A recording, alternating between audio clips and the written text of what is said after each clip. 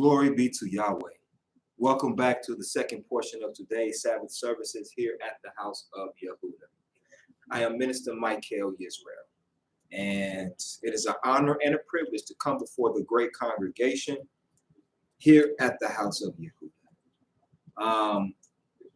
What I want to do is make sure that I appreciate the things that Yahweh has placed in my life, the individuals that he's placed in my life as well. I thank the Almighty Yahweh for Minister Elisha. I thank him for Minister Dan, Moray Tyree. I thank him for my elders, Elder Yemuel. I thank you for teachers that I sat under, Minister Yoel, Marah, Don, Elder Nesha, and I thank the Almighty for Elder Ezekiel Israel, and I thank him for Elder Miriam. She's, oh my goodness, I don't know if anybody remember Elder Miriam, but she was a phenomenal elder. And I also thank him for all of the elders and people that he has had that I have in my life. My beautiful wife, my beautiful daughters, my grandson. I thank the Almighty for my friends, all my family, my moms. I have moms. I love my moms. I love my emas. And I just thank the Almighty for what he has blessed me with. I thank him for my brother, for my sister now. I don't look at her as a sister-in-law. That's my sister. I love my sister. And I love my brother. And I thank the Almighty Yahweh for them. My cup. In Psalms 23, David says his cup runneth over. My cup, my goblet is, it can't hold, it's not even able to hold all the blessings that Yahweh is giving. And he continues to bless me. And I thank Yahweh most of all for allowing me to know him and to serve him. I thank Yahweh for the Sabbath day. I thank Yahweh for his mercy. I thank him for his protection. And I thank him for his guidance as well. Yahweh has, even though we are in captivity, Yahweh has given us a means to survive. I thank you for my job, even though sometimes our jobs and places of employment can be real taxing. But thank Yahweh for it. And I also thank the Almighty for the lesson that I got today on dealing with building your house for Yahweh. And I want to discuss that a little bit after the fact. We'll talk about a little bit about building a house for the Almighty. And then we're going to get into some other lessons. But until then,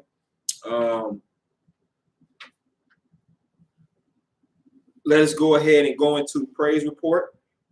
If you didn't get a chance to testify earlier, excuse me, here's your opportunity to testify, to give Yahweh his glory. Yes, sir. I want to say thanks to the Almighty that's saying hallelujah. Hallelujah. I want to thank him for the food. Praise Yah. Yes, as you can tell, my man love to eat. I want to thank Yahweh for the food. All right. Praise Yahweh. If you have any testimonies, anything you want to share throughout the course, that's fine. Bring it on. But in the meantime, I want to thank Yahweh for his mercy, for his compassion, of course, and for what I learned today. I learned this from Moray Neftali. And his lesson was dealing with building a house for Yahweh. Where Yahweh says, where is my house? Building a house for Yahweh. And I learned that in building a house for the Creator, that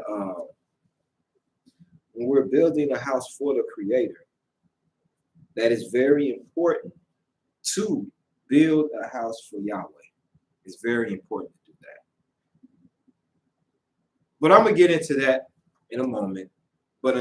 But for right now, what I'm going to do right now is I'm going to excuse me, I'm trying to get myself together here. But we're going to call up my elder. Elder Nesha spoke earlier on a question that I asked, and she has another presentation that she's going to do. And I would love to call her up. So let's welcome up Elder Nesha. Praise Yahweh. Thank you.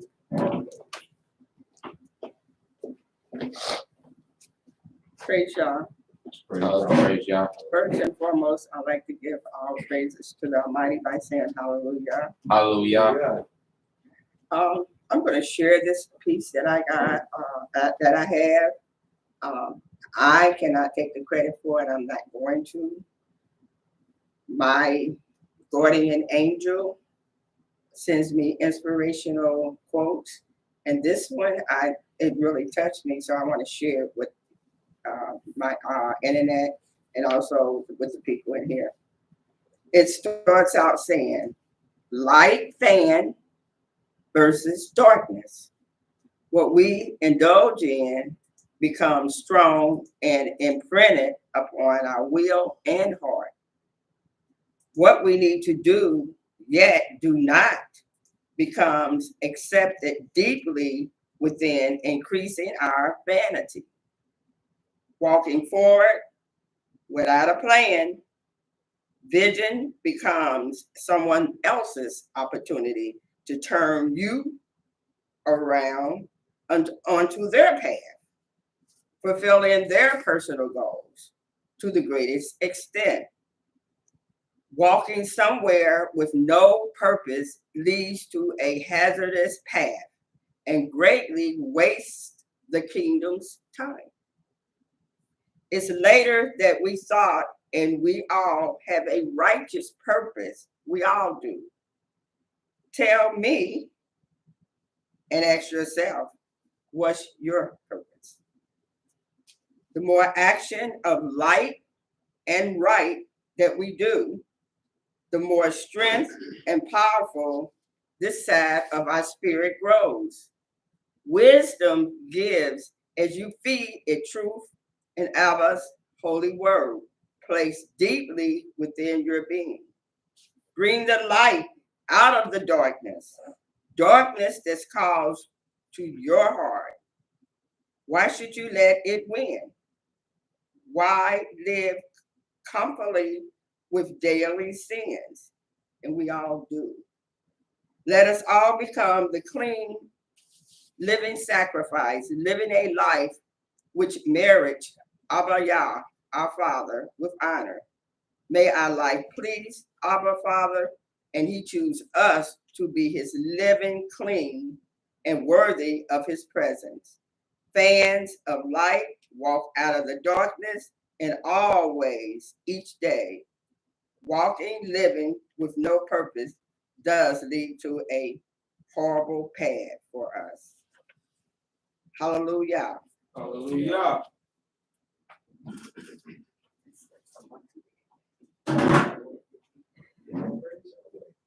That was. She in Cincinnati?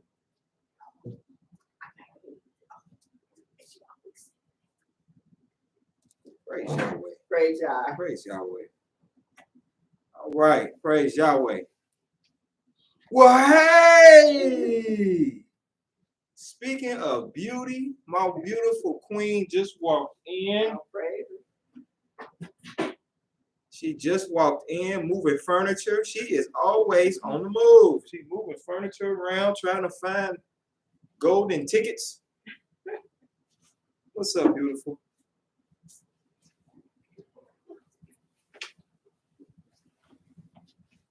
Praise Yahweh. All right. Had to take my jacket off. Let me take my jacket off here for a moment. All right.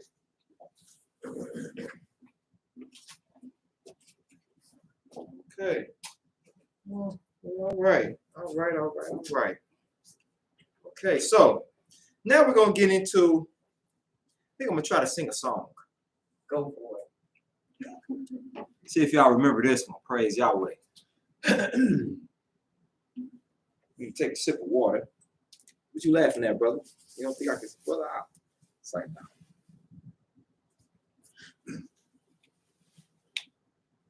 See, praise y'all if y'all remember this. How's it gonna be when we finally make it home? How's it gonna be when we finally make it home?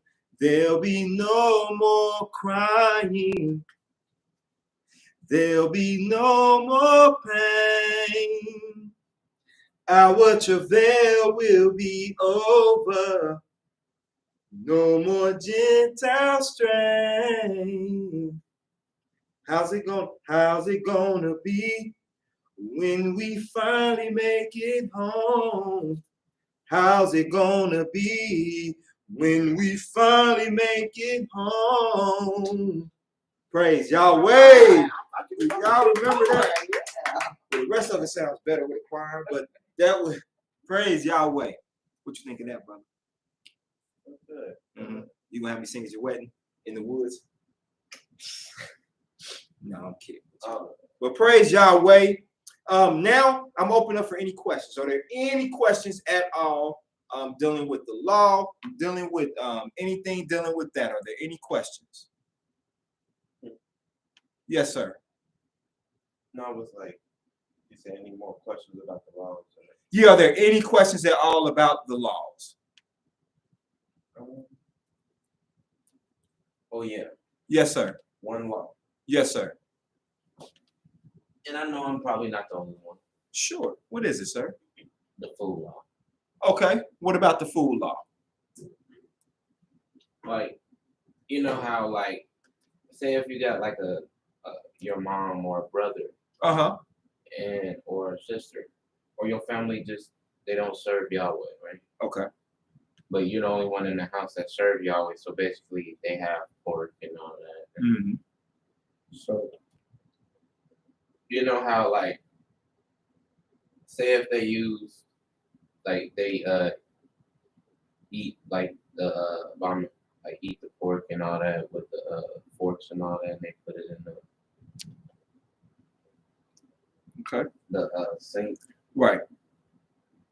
Can I just like wash it off and just eat from it? Cause it says like if like just wash it off, because I know it says like in the book it says if any unclean thing touches something, it becomes unclean until the evening. You have to put it in water, because a certain way I wash the dishes, basically I just take. Okay, so your question is, let me make sure I understand. I'm not good at explaining. I don't think I'm good at. You're explaining it actually pretty good, but let me just make sure that I have an understanding. And forgive me, were you finished? I did. I think you were still talking when I interrupted you. Were you finished? If not, go ahead and just finish, and that way we'll come back to your question. So basically, what I'm trying to say is, do I have to sink it in water for like sink it in water until the evening, or can I just pick it up and just wash it off and then go my mind? About your way. Okay. Because it does says to put it in water into the evening. So. Okay. All right. Good question. The question is, and let me make sure that I paraphrase it correctly, that, hey, somebody just ate some swine. I'm using pork as an example. They ate some pork, and I want to eat after them, and they put it in the sink. And you have to use that same utensil for something else. What should I do? Well, yes. You put it in the sink. You wash it. Now, as far as waiting until the evening to use that utensil, that's solely up to the individual. Because, for example, if they ate pork and you really scrub the fork off and you clean it off, you know what I'm saying, then, you know, if the individual wants to use it again right after they wash it off or rinse it off, they can.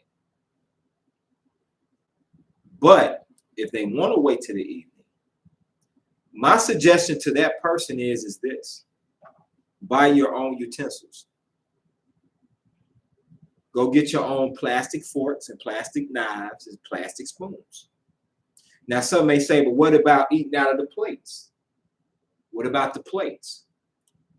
Because I'm going to tell you, if you've ever eaten in a restaurant, they're not waiting until the evening to serve you on a plate or a fork or to use a utensil that they use to touch someone clean with. They're not waiting till the evening.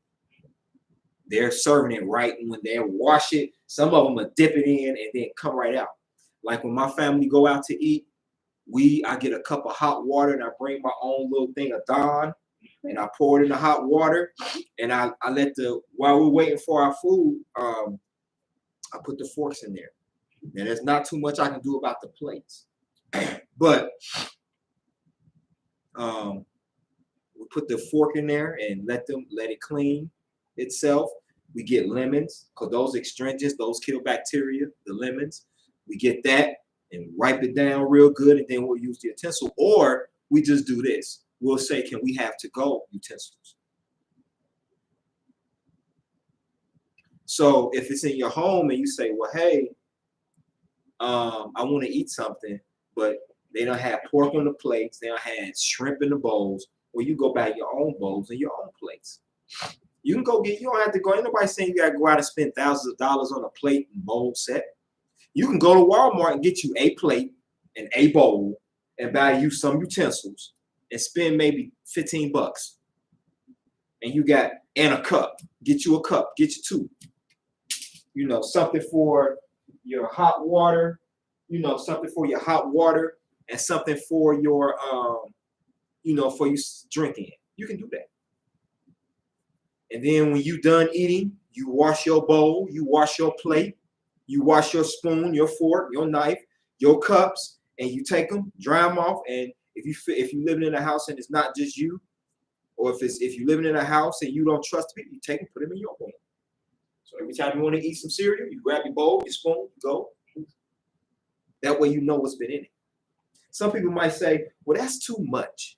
It's not too much when it comes to serving Yahweh. It's not too much. No. Oh, that's being too righteous. No, it's not. It's not. We behind the 8 ball. In order to be 2, that means we were once it was. You understand? So my suggestion would be buy your own. Now, some people, like I said, they may look at this and go, well, that's too much. That's doing the most. But it's really not doing the most. And even if it is doing the most, so what if it does? If it looks like I'm doing the most in your eyes? Because as long as in Yahweh's eyes, he's pleased. That's who I want to please. So as far as to answer your question, you can just go ahead and wash the fork off. You can go ahead and you can soak it and let it sit to the evening. As long as you get all the remnants of whatever it is off of it. You know what I'm saying? Because then the question will come, well, if I can't use this fork, then can I use the stove that the pork was cooked in? You understand? So in the case of using the utensils and using the plates, to scrub them real good, wash them down as much as you possibly can. You understand? Yes, sir. Yeah, the stove, yeah. Oh, and let me throw this out here real quick. I am so sorry for interrupting you. It just hit me. If you got a sword, and let's say that you had to kill an unclean wild beast. Once you kill that unclean wild beast, do you discard the sword? You wouldn't. You would take a sword and clean it off and then use it again. Maybe that could be the same mindset with using utensils. Or if that's not comfortable enough, and I support either way. If that's not comfortable enough, then you go and buy your own utensils. Whatever we need to do to show Yahweh that we're with him, do it. Go ahead, sir. You know, like with the stoves, like I know it said like earthen vessels. Mm-hmm. It said like if like basically if it was an earthen pot or stove, then you have to break it. But see, right now, I got like I guess it's like some type of hard plastic type stove, some type of iron. So I can still eat it. Right? I mean, yeah, you can't break stoves. You can't go around breaking the stove. You know, you trying to blow up an oven because it used to then you destroying the whole house. A lot of the things that we use, we made. The ovens we used, the plates, a lot of that stuff we used, we made, and we broke them when things were on them that were unclean. You know what I'm saying? And that was mainly if something died on it that was unclean. Like for example, if you come in and you see a dead rat on you broke certain things down that it was in.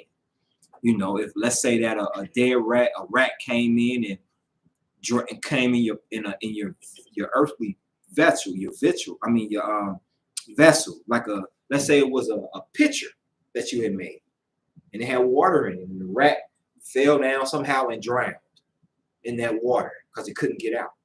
Well, you had to destroy that and throw the water out. We live in a time now that, let's say that happened today. Can we still keep that law? Yes, we can. How? Let's say that you had a pitcher and it's made of plastic. Somehow, y'all forbid, somehow a rat got in there and drowned. Ain't no washing that out. You throw that out. You get rid of that. What about the plates? There's certain things you throw out.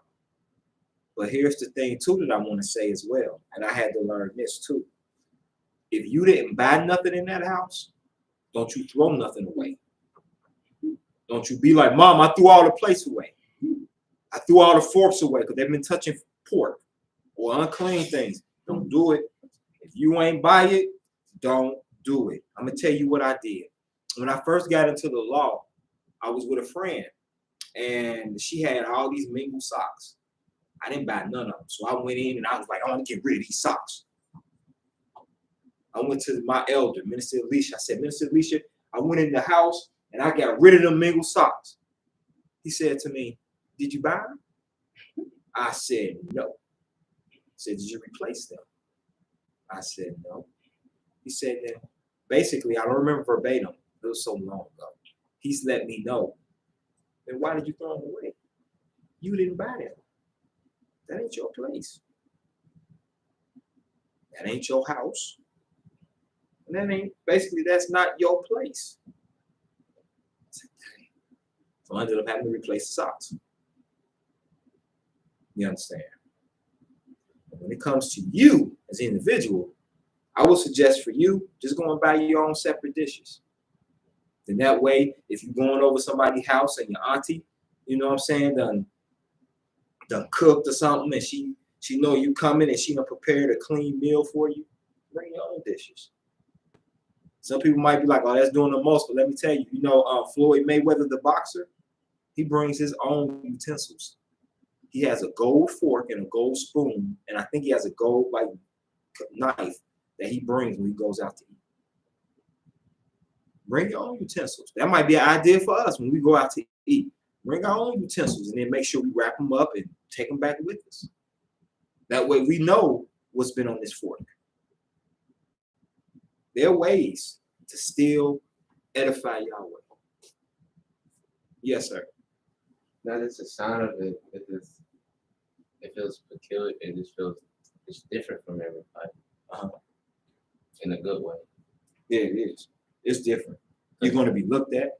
You're going to be, as you know, you're going to be talked about. You're going to be ridiculed. But who would you rather ridicule? Man or the Almighty? Man. Yeah, because the Almighty got a way of making man's ridicule be your upliftment. And also, I mean, like I've been called, see, this probably happened to y'all before, like with a fruit. Like, say if somebody give me a fruit, like a banana, for example. Right. I'll say an apple. I'll say an apple. Mm-hmm. They might bring me an apple. One of my family members, I might go over. They might bring me an apple. Like, I think I started doing this now. Like, I just started getting a knife and just cutting it. Cutting it. and see if the seeds in there. So, and if there's no seeds in there, I just throw it away. Yeah. And they'd be like, this one don't have seeds in it.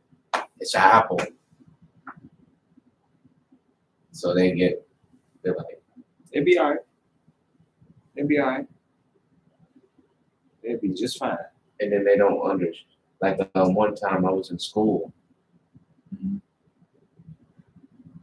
I probably was overthinking it, but I didn't want to touch that Twinkie, right? Because I didn't know what was in it. No, that's not overthinking nothing. And It's- Twinkies, the filling, the Twinkies itself, yeah, this has gelatin in it. That's animal. And if it doesn't specify that the gelatin is from cow or lamb or something like that, then okay, it's clean. But if they can't specify what the gelatin is, then don't touch it. It's better to side on the side of Yahweh than it is on the side of your stomach. Not talking about you, but I mean just in general. Don't touch it. So if you didn't touch it, don't touch it. You don't know what's in it. I'm telling you, Twinkies are not clean. So you don't want to touch that, don't touch it. And they said about like I looked it up and it had like beef fat in it and all that. Yeah, it could have beef fat, yeah. And basically they would say like I told them about it. Mm-hmm. And it was like they have cornstarch, this and that. And I'm saying, what about the other ingredients? See, they'll look at me like there's people that look at me like, man, he tripping. But they don't know the law, so they don't know what I go through with the law. So they don't know how the laws work. They don't know how this stuff got levels to it. Mm-hmm. Like the food law, it has levels. Like when I first got into this food law, it started off slowly. Level one. Mm-hmm. You start going like to the store and just picking up stuff that didn't say pork on it. Level 2. What about the ingredients? Oh, shoot. Level 3. Read all the ingredients. Level 4. Start buying organic stuff because somehow I'm and just start buying stuff with ingredients that I know Mm-hmm. and not that I'm not. Right. Oh yeah. You're right. To do the law of Yahweh, it does carry levels. It carries a sense of, to be a servant of Yahweh considers it takes strength. You can't be weak and do the laws of Yahweh. Whether you're a man or you're a woman, you cannot be weak and do the laws of Yahweh. You can't. To serve Yahweh takes strength and patience. Yep. That's Yahweh. Excuse me. That's me. He's been trying to get out all day. So, to answer your question, you can wash the fork off, you can steam it, you can boil it, you can do whatever you need to do to make you feel clean. But if that's not enough, buy your own utensils. I would suggest you buy your own utensils, especially when you're living in a house with other people. You know what I'm saying? Because it's just safer that way. You know what I'm saying? Especially if you're living in a house with people who are not willing to conform to Yahweh's diet. Because you are. You know, here it is, you go into the store and you're buying turkey. Another thing you want to watch for too is when you go into these butchers and you want to be like, I don't want to buy lunch meat off the rack. I'd rather go to the, like, say for example, you go to a deli and they cutting the meat. It's something I have to consider because I like eating them turkey sandwiches. I don't know if they're using separate cutters. And then when you go to like certain stores that have delis in them and they cutting the meat, you might order turkey. But sometimes, especially if it's a rush of customers, they take your turkey and cut it on the same cutter that they don't cut somebody's ham on. And sometimes when they cutting the ham, you got the oils from the ham. Sometimes you'll have like the little sheaves of meat that's on the ham, and they just taking your meat and just getting it. You know, they have gloves on, but they get it and they pack it, and you thinking like, oh, I got a totally kosher sandwich, and it's mingled in with the swine that was just cut. No. So even going to the butchers, you got to be careful. Like what we get into the habit of is saying, hey, you got a clean cutter. Can you change your gloves? Sometimes you get the person that be like, I understand it, I got you. And they change their gloves, they take apart the cutter. Sometimes it takes us longer to get the meat. Like some people are able to get it cut and be on their way. We might be standing there for a few minutes, but it's worth it to be able to consciously eat the meat and know that I washed them clean that off. And then you're gonna have the ones that be like, oh my gosh, all right, man. Because they got to take the cutter apart. They got to go and wash the cutter. They got to take the thing, the cutter, spray it down, and wash the base of the cutter. And then they got to put it back together again. Then when they done with that, then they take off their gloves, they put on new gloves. Now they got to go get your meat. Now you're getting your turkey. And you stand there the whole time. So what? You be mad. You be mad. And smile. Thank you. You know how sometimes when they cut the meat, they be like, you want to taste it? They be so mad, they don't even offer you none. They just be like, and you smile. And be like, I appreciate you doing that. Thank you. In their head, they're like, if I had my car right now, I can't stand it. So what? You let them be mad because it's not about their feelings, it's about Yahweh.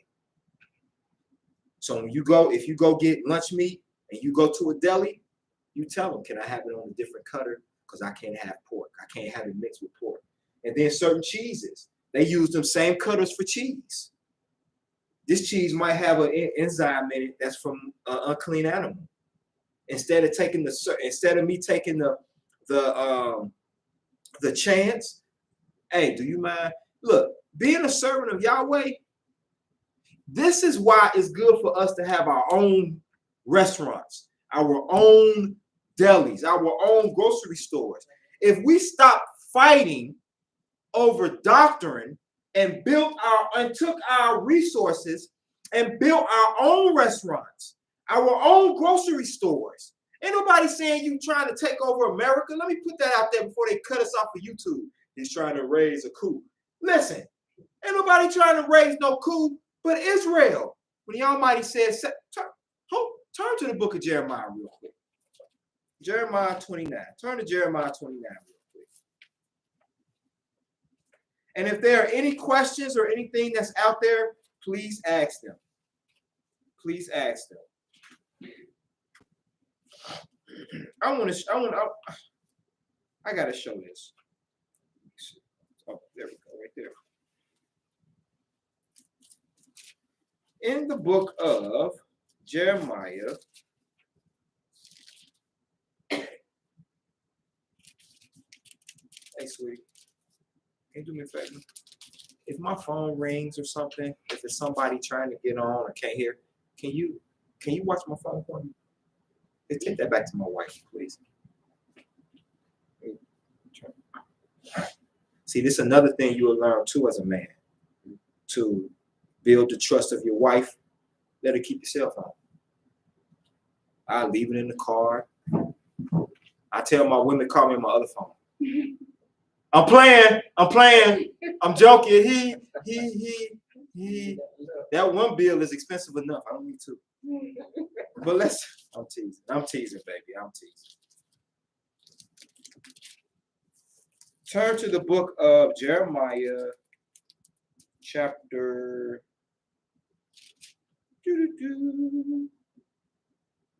29. Turn to Jeremiah chapter 29. And son, I want you to be my reader. You can sit right there because you're close to the mic. But I need you to read like a lion. Understand? Read like a lion. Read like your wife done hit that spot on your back for massaging it because you've been working all day. You be like, whoa, yeah! You understand? She massaging that back. You've been lifting all day. Now she hitting the muscles.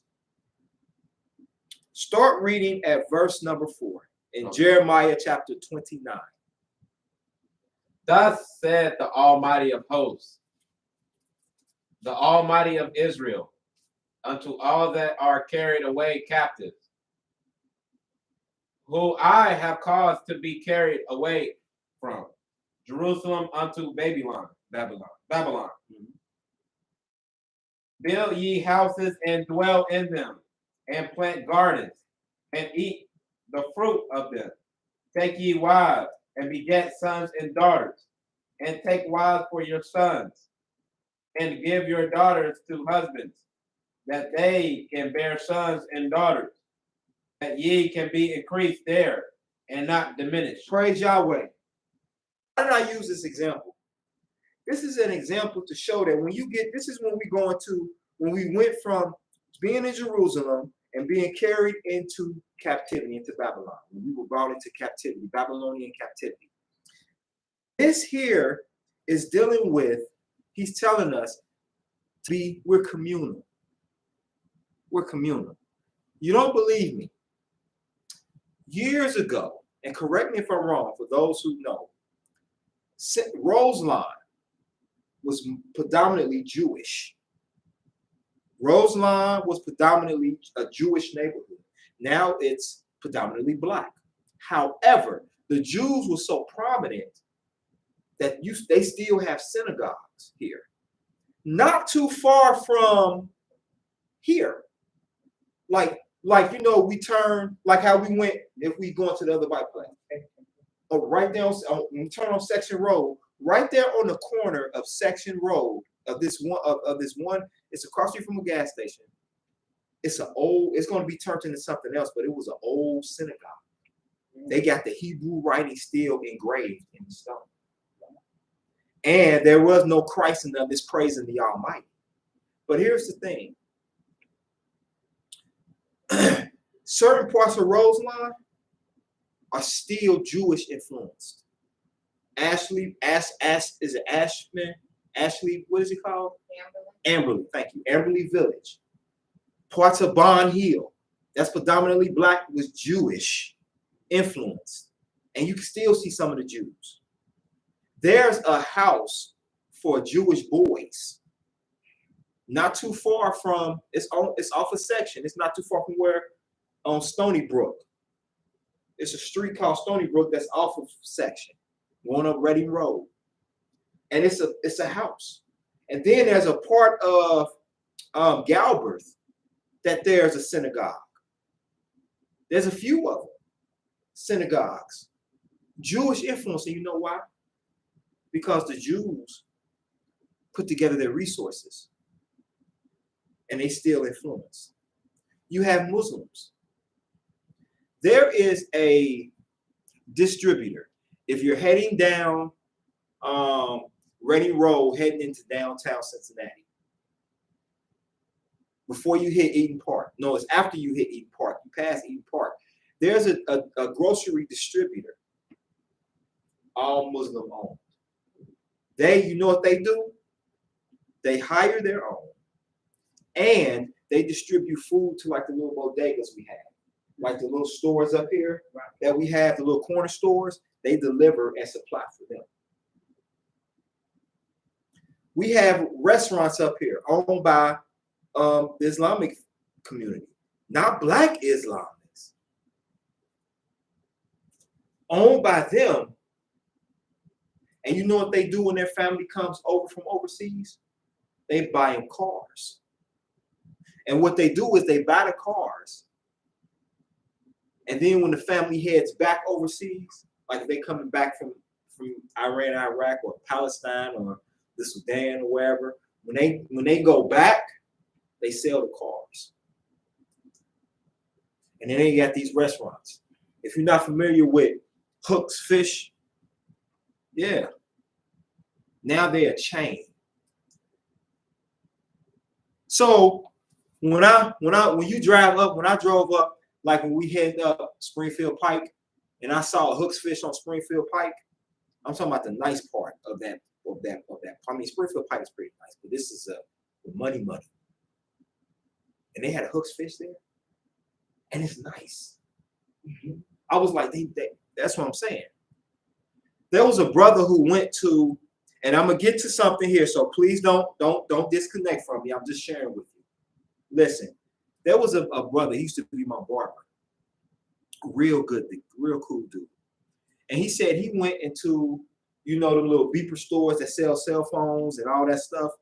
He went into one, and he had built a rapport with the Muslim guy there. And the Muslim guy looked at him and said, y'all stupid.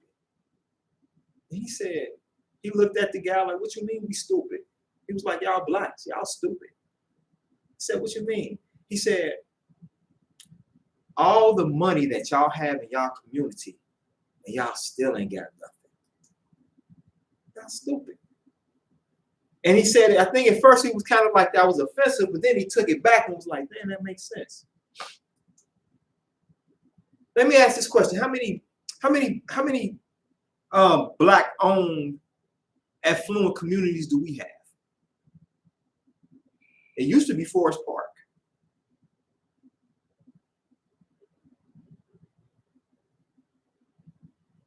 Let me ask this question to the black community. How many of us have inheritance for our children set up? A business that our children can slide into?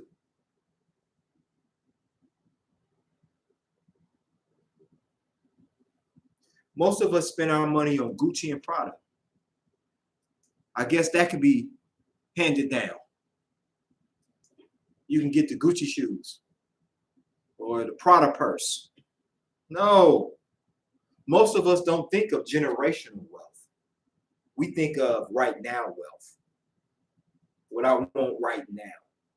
Where you have the Jews and the Islamic community, they think more, and I'm not saying all of them, because I don't know all of them, but a large majority of them think generational wealth. Think about something, black community.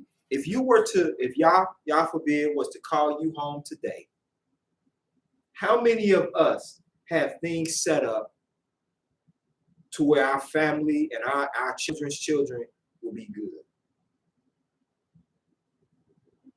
You know who is deep is Jay-Z. If you know Jay-Z, he's a rapper. He's probably before your time. You know, like rappers named like Little Uzi, Little Hairline. That's who you know. Oh, I know Little Fat Foot. That's who you listen to. But anyway, but Jay-Z talked about buying art, maybe buying some really nice art and putting it away. Why? Because one day that's going to be worth more than what I paid for it. So let me put it away towards my children's future. Let me do that. Most rappers, you can open it, baby. Most rappers, when they get on the stage, how many of them you see them and they chain this big? Like, this is the emblem. This is the emblem on their chain. They be like, yeah, and we be killing these. We be killing. Okay, now how much of that chain are you going to invest in your children's future that you out here laying with your groupies making babies with? Or some of them might have a wife and a family. But how much of that money is going to go into generational wealth? So I said all that to say, as a community, if we put down our pride, because we can teach about and say, hey, I'm not prideful. You can say it with your lips, but it exudes through your action. You understand? How many of us will be willing to say, hey, you got a business. You got a business. You got a business. Everybody got separate businesses. How can we become a conglomerate to serve the Israelite community? How can we do that?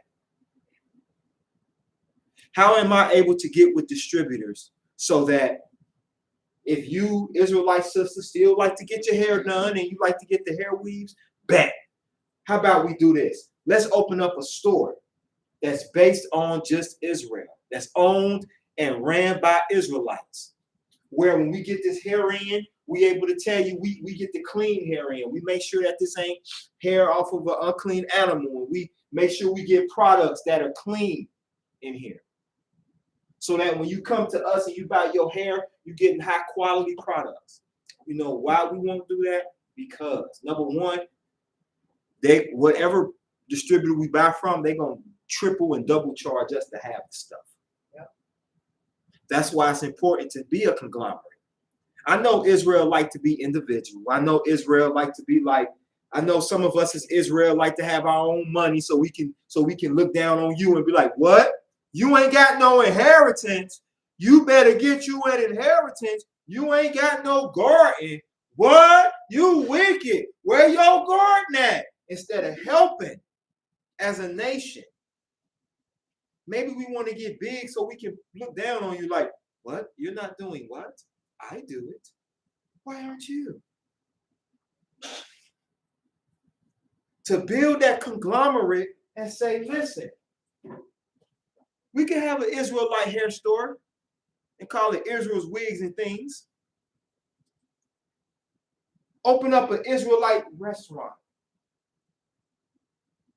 where we get clean food. Let me tell you something. It ain't nothing like going into a restaurant and you ain't got to ask what's clean. You go in there and be like, oh, let me get that number 2. You ain't got to ask, is it prepared with this? Is it cooked in this? You already know because it's there. Nah, man, we don't cook no swine here, bro. We don't do no shrimp here, bro. Everything here we do is kosher. This is a kosher restaurant. Could you imagine that? Sitting down with your family and the plate that you eating off of served the lamb and not a pork butt. You can comfortably eat, knowing all the ingredients that you're eating because you're in a clean restaurant. Let's deal with clothing. Why can't Israel open up their own Macy's type store where you get the colognes? Or you might not get cologne. People might not want to wear oil, so we'll order the colognes. You can come in and everything you go into the store and get is 100%. You don't have to look at the tags unless you're looking at the size. The shoes that come in, well, these are the shoes that we have. Okay, well, we know about these shoes here. They might not be the Jordans. They might be something else, but they're nice and they're clean. You understand? That animal, the leather, that's we know that's cow. We don't do no swine here. We don't do no unclean thing. That we can do that. We just have to first see past pride.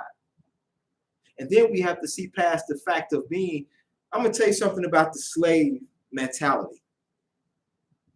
Though we talk about we're not slave, we don't have that mentality no more because we're Israel, we still do hold it. Because during slavery, owning your own business, that was beat out of us. I was beat out of us. Part of the Constitution, once we were taken out of, once that whole 40 acres and a mule, that wasn't for us. That was for those are our forefathers and for their generation. That wasn't for us to get no 40 acres and a mule. That was said we would. The only reason we would get that is why. This is what the 40 acres and a mule was for. And I want Black America to listen to me, or whoever listening. The 40 acres and a mule had nothing to do with giving it to a slave. In order for you to be able to even partake in that 40 acres and a mule, you had to be an American citizen. When the slaves were brought over here, Blacks were not given citizenship. We were considered property. Why do I have to give property 40 acres and a mule? They're not part of America. And we're still not part of America. While we're talking about 40 acres and a mule, the hell with that, I want freedom. I just want peace. I want peace. I don't necessarily have to have the American pie because the American pie comes with a lot of preservatives that's not good for the soul. I just want the freedom to serve my Elohim. Open up some things so that when I send, why can't Israel have their own school? The Muslims have it.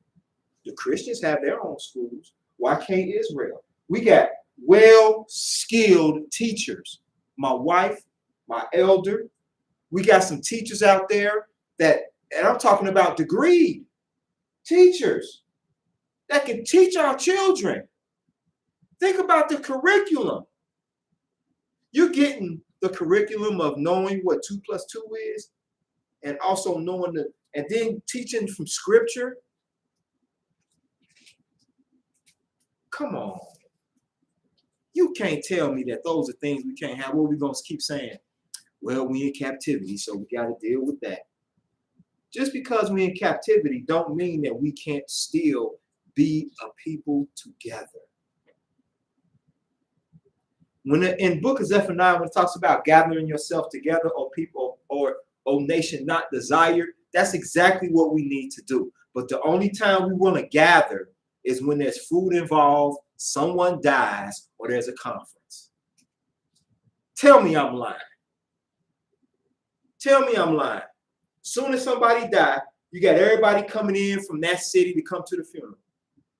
Soon as there's a conference, you got everybody flying down to come down to the conference. What about gathering together so we can build a community? But then too, that's because we still have our mindset ain't right.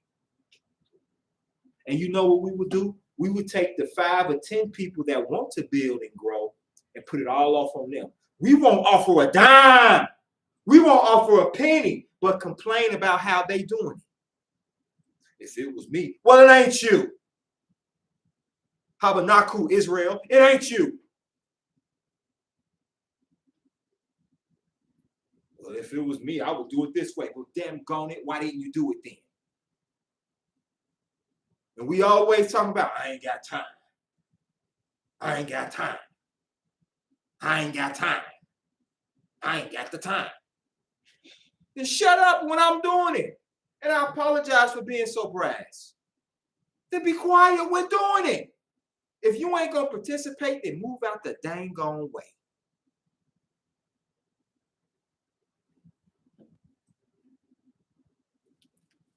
Praise y'all.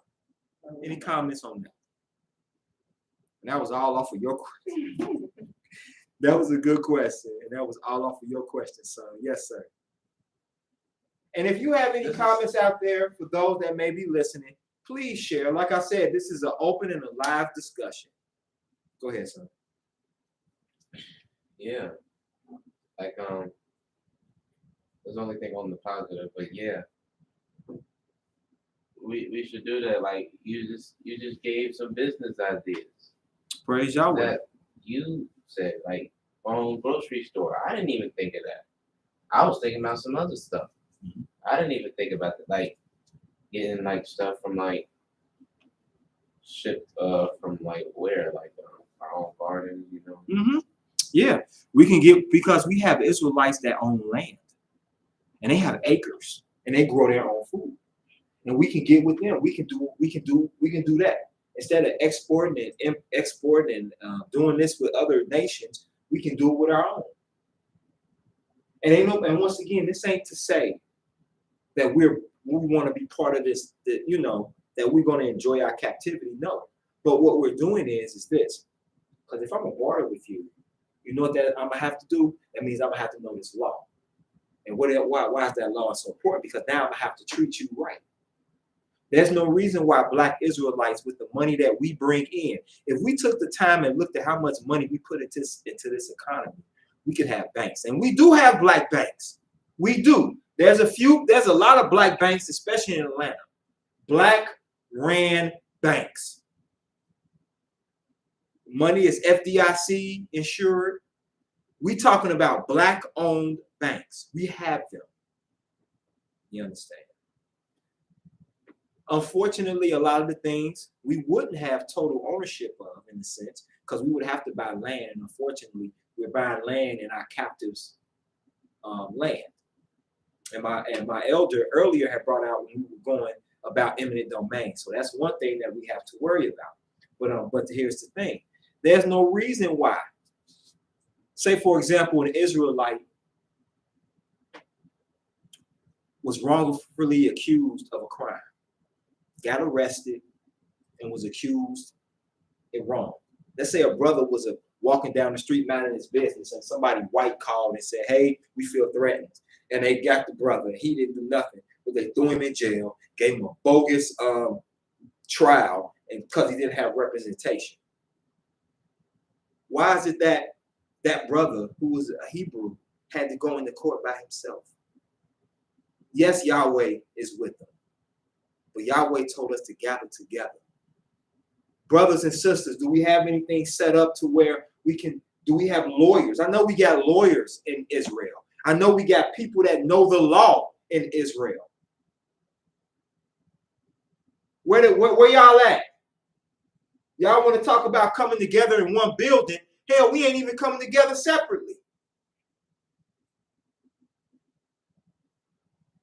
Why is it that a single parent got to go to school and deal with the whole school district in the meeting, and she in there by herself, her and her child are in there by themselves? Why? And Israel got the audacity to turn their tongue up and say, well, she ain't doing this for her child, and if I was there, you wasn't there for them. We thinking we take you a few dishes of food and that's all, we done. No. We need each other. We need each other. We so busy turning our back away from each other because we in our dang on feelings. Yahweh said, gather yourselves together, O nation not desired. Quit being overly offended and quit being an offender to each other. Maybe we can just work on getting along.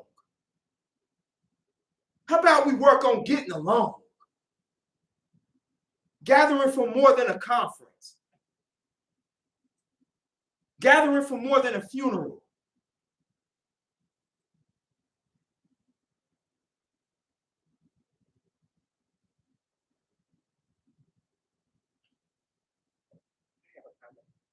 Yes, ma'am.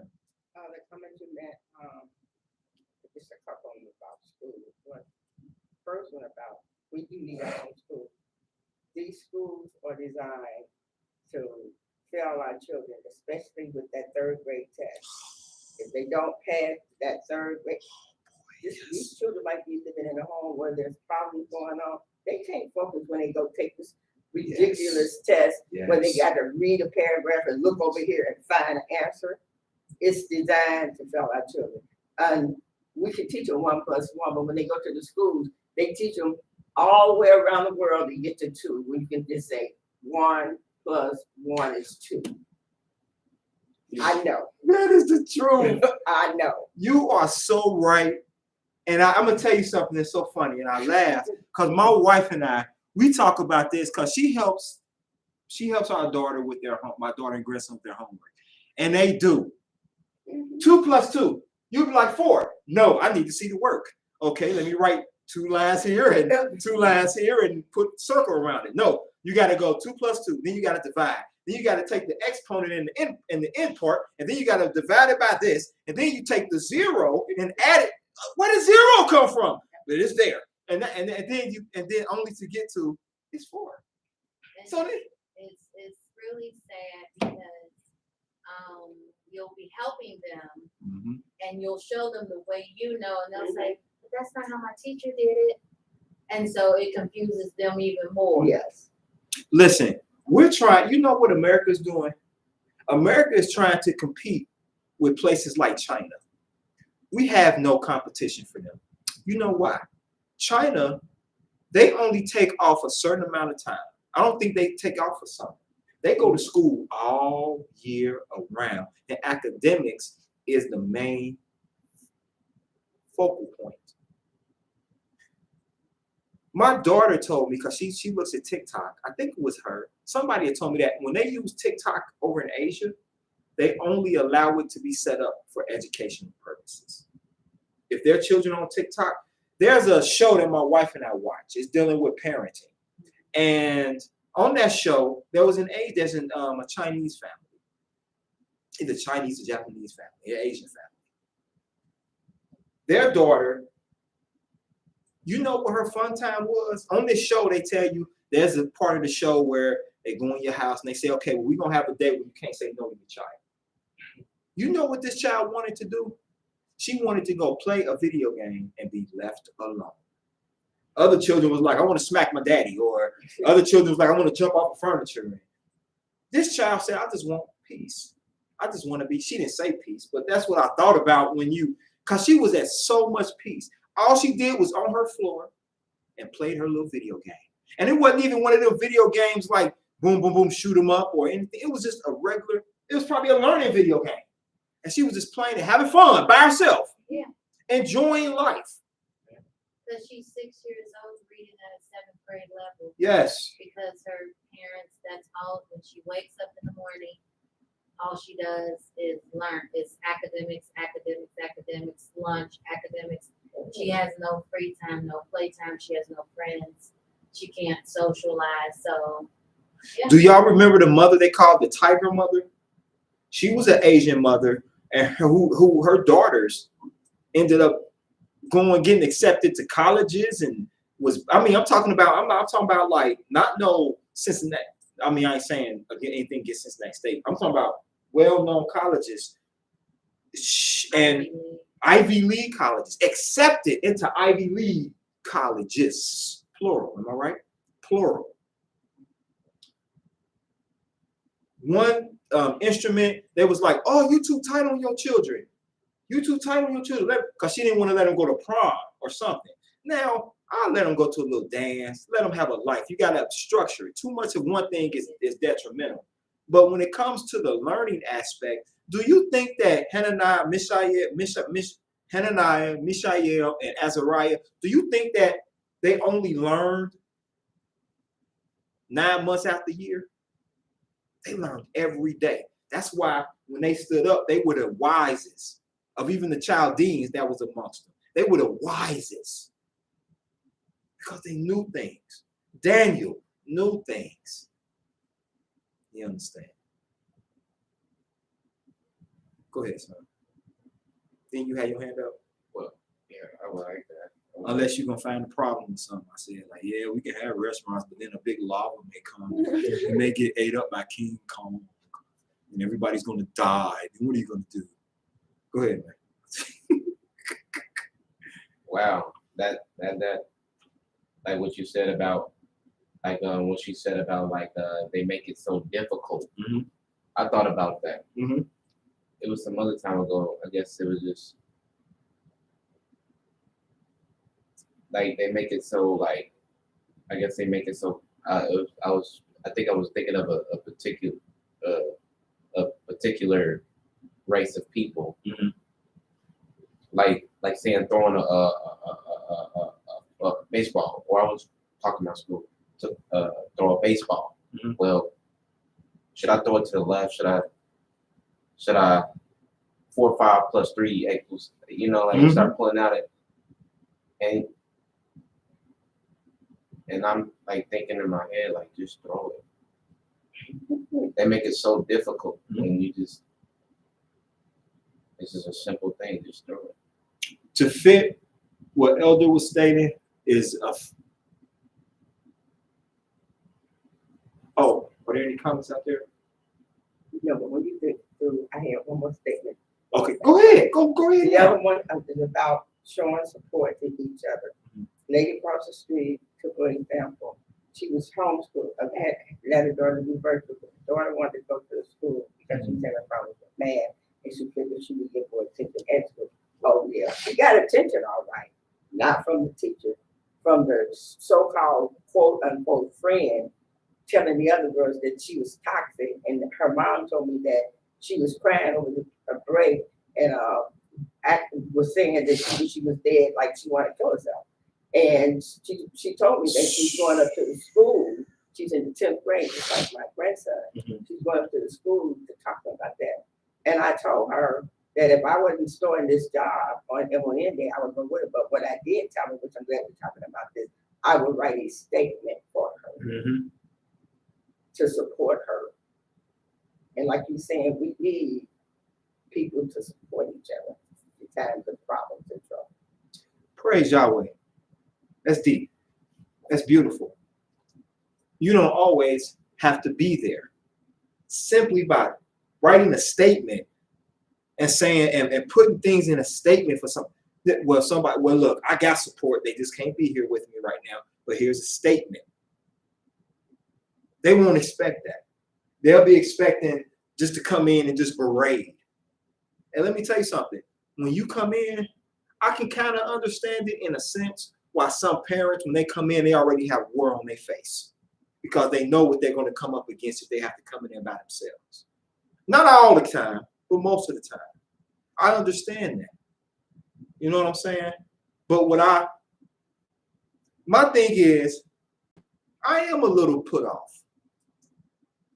I am a little put off. And I'm a little put off because there's so much potential in the nation of Israel. We are such a beautiful people and we're so smart. We're so smart. But we do dumb stuff. You know how the schools are set up?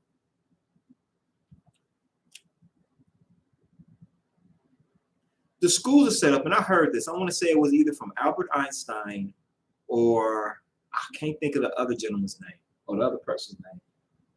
But the schools are set up this way. You take a fish and a monkey, and this is how the test is designed, because you brought up about the third grade test. You take a fish and a monkey. The test is climb that tree, or an elephant. Test is climb that tree. Who do you think out of the fish, the monkey, and the elephant is going to be able to climb that tree? Wow, really? Nobody? The monkey. Thank you. Wow. The monkey. Which is going to do what to the fish and the elephant? It's going to make them feel stupid because they can't climb the tree too. It's going to make them feel dumb. And then who's going to get all the accolades? They're going to say, see, the monkey can climb the tree. Why can't you do it? Mr. Elephant, why can't you do it? So I tell you what we're going to do with you, Mr. Elephant and Mr. Fish.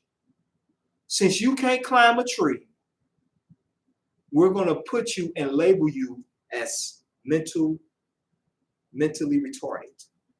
We're going to take and place you in MD classes because you can't climb a tree. So now you're left with this stigma.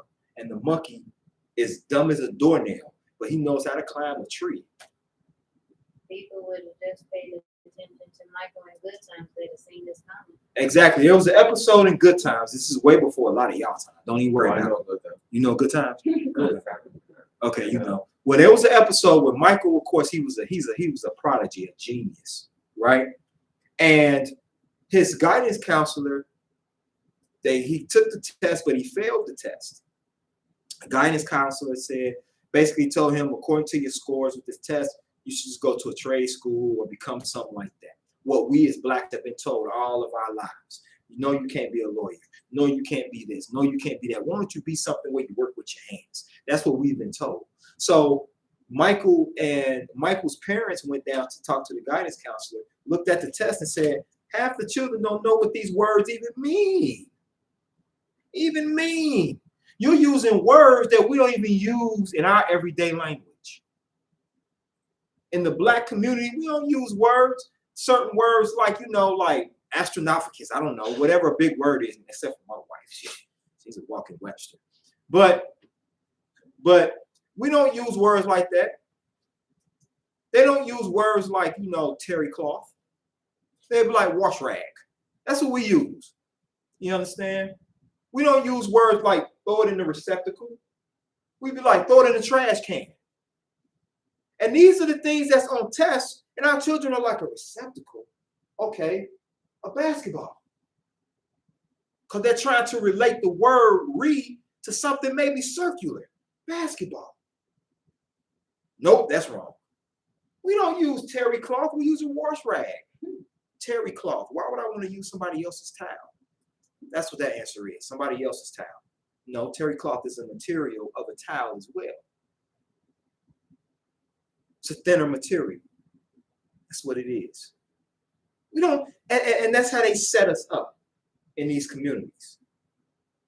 It's the monkey the elephant and the fish analogy and the one tree. And each of them got a tree in front of them. The monkey climbed the tree. They say, if the monkey can do it, why can't you do it, Mr. Fish? And why can't you do it, Mr. Elephant? Instead of structuring a challenge that fits them, how about you take that fish and throw it in the ocean and see how it maneuvers? How about you take that elephant and put it in its element and test it by its element? How about you do that? But they won't, because the system isn't designed for that. It's not. But I say all that to say, you know, instead of me standing up here saying, why don't we have this? Why don't we have that? I know my wife and I have been talking about some things that we're going to look to build on. And in order for me to get it to where it needs to be, I have to step out of being slothful and lazy and get things popping. So that's my dedication that I want to give to the Israelite community is I want to have my own school. I want to have my own program. And in order to do those things, it takes work and dedication. But in the long term, I do want to leave something for my daughters. Something where they can say, hey, this is what, you know what I mean? And something where we helping the community of Israel. So instead of me setting up here, why don't you? That's what we're working on. And we actually started a program, but it's not flourishing because, you know, I work and my wife, she does the best she can because she runs the program for me. And she does an awesome job on top of her other obligation as well. So I appreciate her doing that. Praise Yahweh. But she doesn't know that she's going to be one of my top teachers. Well, she does know. I didn't talk to her about it, but I put it out here so that if she denies it, I can play this back. Well, go ahead. One thing I like to say, and what I'm going to say pertains to me, myself, and I. We need to have a WILL to leave for our family. It might be today that something might happen to one of us. And because what's happened, a friend of mine, mother passed. Mm-hmm. The mother, and she's the only child, her mother did not leave a will. And little do people know that that house that she owned, that property or whatever she had goes into probate court. You have to go down there. And if she don't go and do the necessary paperwork, they can snatch that home right off from under her and her family. Mm-hmm. That's right. It's gone. That's because her mother did not leave a will. You're absolutely right. You're absolutely right. I'm going to tell you something too. I'm going to be honest with you. That's what hurt us in these houses of Israel. I'm sorry. You know what? I feel bad because I didn't say anything in the beginning, but that's what happened here. That's what happened to the other houses of Israel. There was nothing written out on what needs to do and to be continued. And if it was, I guess I wasn't important enough to know about it. But there should have been something in place, just in case, just in case, just in case. See, that leads a lot too, because earlier we were talking a lot about why the houses of Israel kind of separated here in Cincinnati, because there wasn't nothing really put in place. There wasn't no line of command, no chain of command set up. There was a throne, and those that wanted it ran to it, and it caused division. And ta-da, here we are. All because we didn't think about having things set up, having things together, having things put in play, so that those that are left behind don't have to worry as much or work as hard. And that's the one thing that is Israel. It ain't just your Knesset, it's your house. That's why earlier when Moreh Neftali taught on building your house and building a house to Yahweh, to Elohim, that's so important. That is so important. Because as my elder just brought out, it's easy for states to come in and take things and take stuff. And even if they don't come in and take stuff, if there's nothing in play, then guess what happens? It falls on those who are still having to deal with or work through certain things.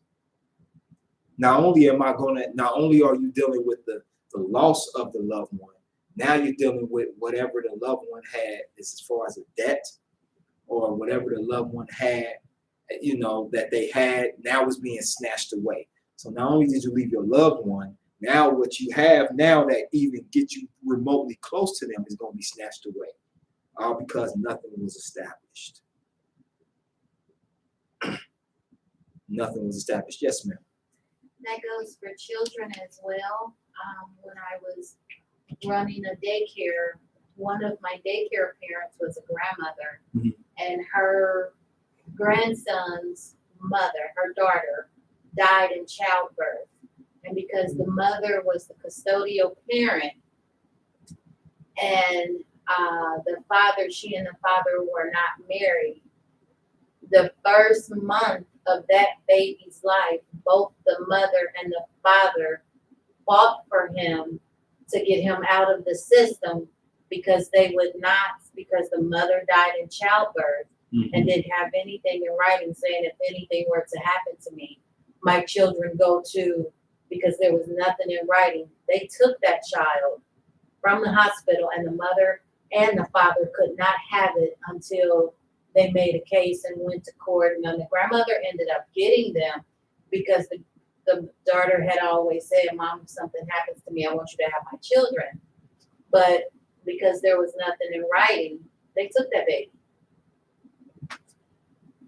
So like you said, it happened. Like you said, that's a good point with children. That's an excellent point. See, we don't think of those things. We think sometimes we're too young. So why? No, get it now. Start thinking about things now and planning. All right. Okay. Yes, sir. One more thing before you get off. So you,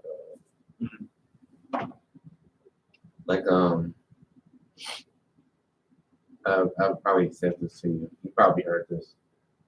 That gave me a thought. Like I was watching I guess it was this dude called Prince YAH. You ever heard of him? I don't think so. Or he said something on it. It was something on YouTube, basically saying, "Don't let schooling interfere with your education." Because interfere with your education.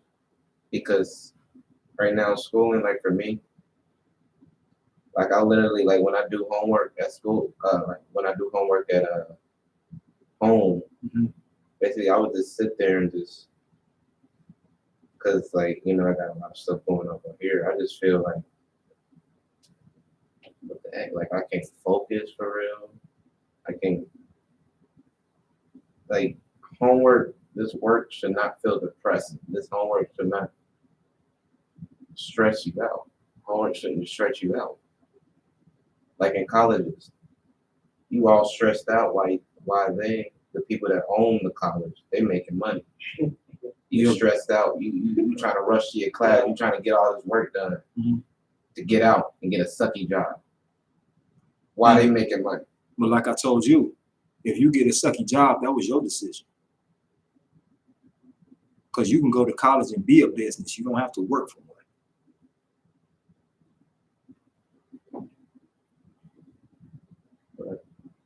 Yeah, you ain't gonna come back for that one. Here's the thing. It's not the homework that stresses out. It's us. It's us. It's not understanding what's before us. It's not the necessary college that writes the curriculum. It's whoever they're affiliated with that sets up the curriculum. But then that's why the one thing that I will tell you this, the thing that's so stressful about the work is that it's not geared toward you. It's based off of another nation. It's not geared for you. So that's why it's so hard for you to get it, because it might use terminology or it might use a certain language that we don't use in our community. But you have the few of us who dip into that part of our brains that's able to be a chameleon of understanding and say, look, I get it, I understand it. And those are the ones that we look at as being the geniuses. Well, we're all geniuses. But those that are able to maneuver in the verbiage that's put before them. And you get that by reading more. Read more books. Get a book and read it. You understand? We live in an age now where this is what we do all day. I bet you right now, if I was to thumb wrestle you, you will break my whole arm. Because this is the only thing to get exercise. It's the thumb. That's what we do all day. And swipe. This is it. This thumb and this finger. Swipe. Probably hit it so far. You ever swipe so hard your phone fly out your hand? Oh man, I broke my phone. That's what we do. This thumb and this finger, or this one, depending on where your hand is. Yeah, or your thumb again. You understand? You know, swipe so hard, you know, went from TikTok to your phone list. Like, wow, I didn't mean to hit that. But all right, praise Yahweh. So that was a good discussion. Now I want to follow up with this. I have a question to ask. Can you be loyal to Yahweh and man at the same time? I want you to think about this question for a moment. I'm going to give you the definition of loyalty in the English and in the Hebrew. In the English, the definition is the quality of being loyal. Loyalty in the English is the quality of being loyal. It is a strong feeling of support or alliance. A strong feeling of support or alliance. That's what loyalty is. Now, the Hebrew meaning of it, the Hebrew meaning of loyalty. Loyalty, I didn't see in the Hebrew word for it is Khesed. How would you pronounce that? Khesed. Kaist, I believe. That's the Hebrew word for loyalty. Now I'll read the definition here. It says that the Hebrew meaning for it is a word to translate. It combines the ideas of love, generosity, and enduring commitment. So basically, the Hebrew and the English sort of got the same meaning when it talks about a strong feeling of support or alliance. Is it possible to be loyal or to show loyalty to both man and Yahweh, to both Yahweh and man? Is it possible to be loyal to both at the same time? Simultaneously, can we simultaneously be loyal to Yahweh and man? That's my question. That's my question. What do y'all think? Yes, sir. No. You say no. Okay. Yes, ma'am. So I'm going to answer it with something that you told me a long time ago. Mm-hmm. And one of the things that you have said is that I will never give you my heart. I'll give my heart to Yahweh, and he'll show me how to give you peace, you know. Mm-hmm. So I think if you do that as far as loyalty is concerned, if you give your loyalty to the Almighty, he will show you how to be loyal to others. Praise Yahweh. Yes, ma'am. Bam Bam says, hey, Bam Bam, strong. As long as they are all on the same accord. As long as they're all on the same accord. Okay, very good. Very good. And you said no. Why? Because I was thinking like the Almighty never changes up, but people can. Ah, very good. The inconsistency of man. One day they're your friend. Next name, you They're your fight 'em. enemy. That's right. Like with the getting into Yahweh. It might have been some people that you thought were really close friends, but till you got into Yahweh, they're like, I don't want to be around you anymore. Very good. Bam Bam says depends. As long as they're on the same accord. Let me read something. Turn to the book of Hosea chapter 6. That's the book after what? That is the book right after Daniel and right before Hosea. I mean, right before Obadiah.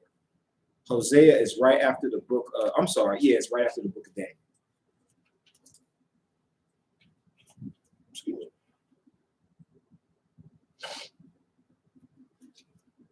me. Hosea chapter 6. Son, will you read for me verse 6?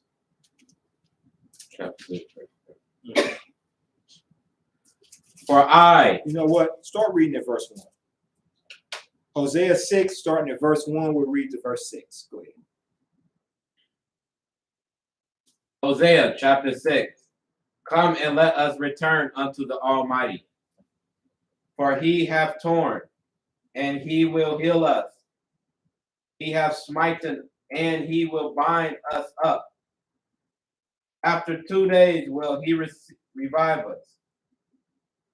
And the third day he will raise us up, and we shall live in his sight. Then shall we know if we follow on to know the Almighty. His going forth is prepared as the morning, and he shall come unto us as the rain, as the later and former rain unto the earth. Or Ephraim. What shall I do unto thee? O Judah, what shall I do unto thee? For your goodness is as a morning cloud, and as the early dew it goeth away. Therefore have I hewed them by the prophets. I have slain them by the words of my mouth, and thy judgments are as the light that goeth forth. For I desire mercy and not sacrifice, and the knowledge of Yahweh more than burnt offering. Now, the reason that I really wanted to read verse 6, but I went to verse 1. The reason being is because when it talks about come to Yahweh, these verses that we read is about Israel, about us, and how we are. When the Almighty says to us that our righteousness is like the morning cloud and like the dew that goes away, that is us. We serve Yah, then one day we just get a stick up our butt, and then we stop wanting to serve the Almighty. That's us. We're fickle, like you just said. Man is very fickle. Man will change. One day your enemy will be your friend. And yeah, one day your friend will be your enemy. This is to show that one verse, when it talks about in verse 4, when it says, O Ephraim, what shall I do unto thee, O Yahudah? What shall I do unto thee? For your goodness is as a morning cloud, and as the early dew, it goeth away. That right there is a great verse to explain, to show about man's fickleness. 1 minute we're walking with Yahweh.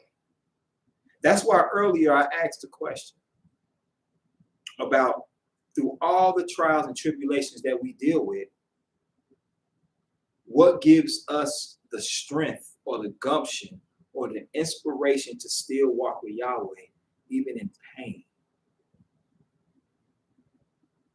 You ever seen a player, you ever watched a game and the player was hurt, and you see them, they limping off the court, but then they walk it off, and maybe the next play they get back on the court again?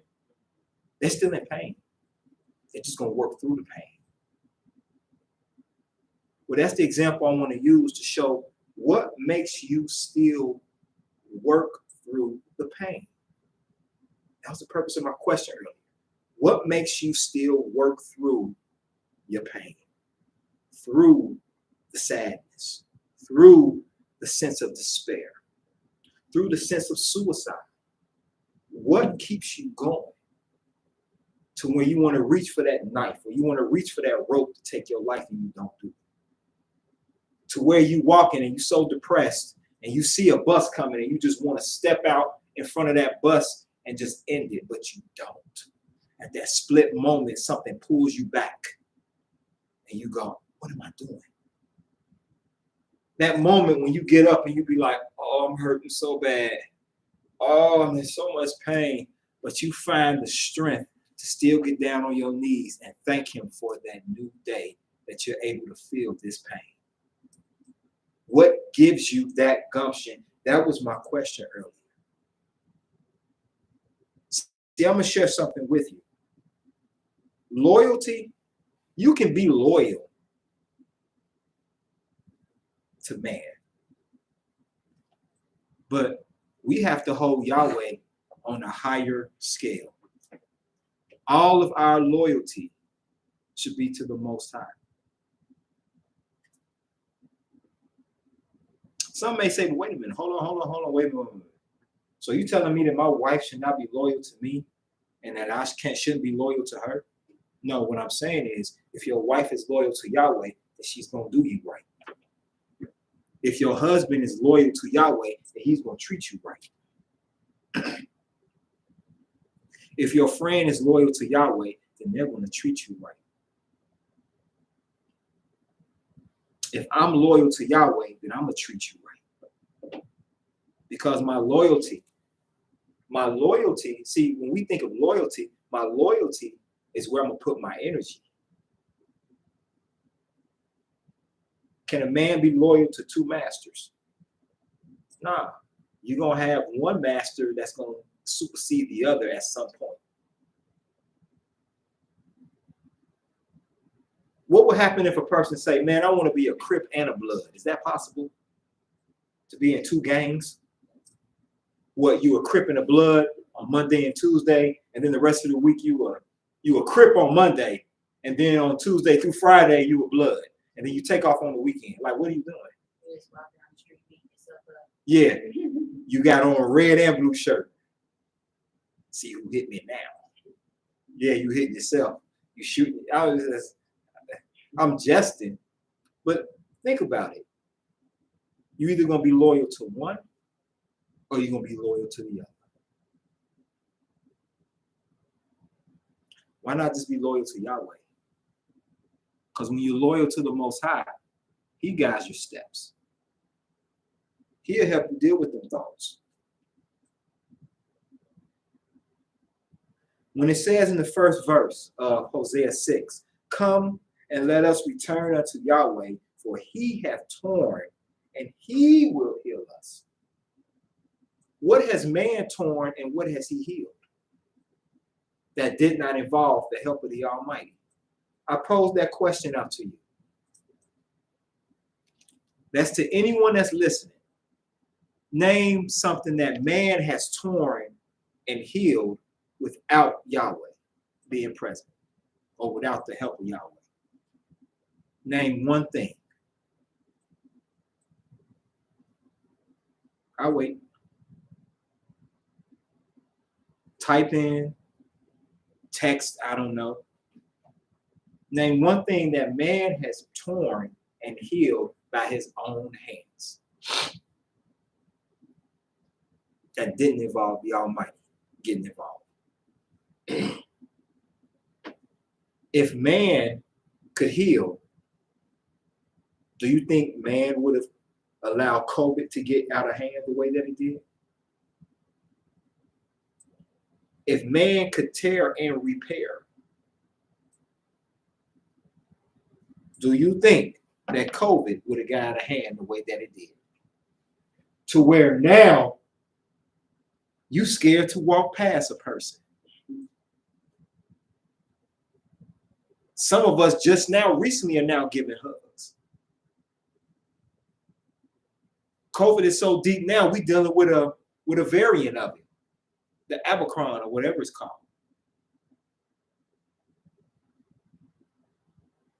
That shows symptoms of headache and all this other stuff.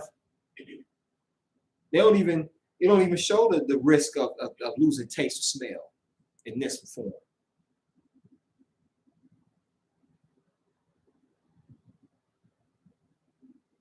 Once again, I ask, what did man tear and what did he heal? Why wouldn't I want to be loyal to the one that tears but can also heal as well? Some may say you should be loyal to your boy.